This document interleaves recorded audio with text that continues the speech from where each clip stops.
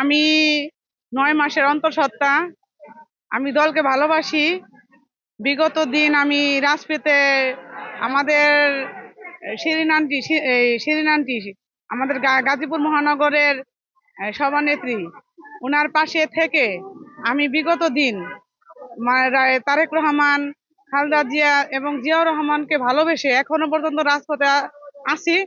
আর সামনে 12ই ফেব্রুয়ারি নির্বাচন, সেই নির্বাচনের লোভ লালসা সামলাতে না পেরে আমি 9 মাসের অন্তঃসত্ত্বা হয়েও তারেক রহমানের ভালোবাসায় আমি আজকে এই মহিলা দলের উঠান বৈঠকে উপস্থিত হয়েছি।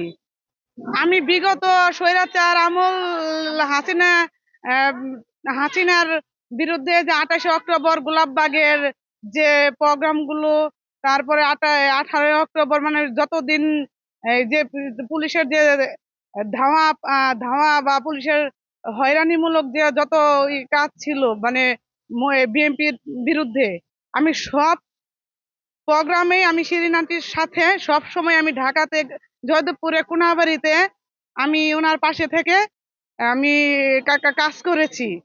উনি আমাকে যখনই ডাকছে তখনই আমি আসছি। আমি 28 অক্টোবরে আমার 7 দিনকার বাচ্চা, 7 দিনকার সিজার সেলাই কাটার 8 দিনের দিন আমি 28 অক্টোবরে ঢাকার রাজপথে আমি আমি এই এই এই এই এই এই প্রোগ্রামে অংশগ্রহণ করছি। আমি আমার হাত পায়ে ব্যথা পেয়েছি। আমি গুলির মুখে ছিলাম, মানে কোনাবাড়িতে সবাই জানতো যে আমি মারা গেছি। বাঁচার কোনো কথা ছিল না ওই 28 অক্টোবরের সময়।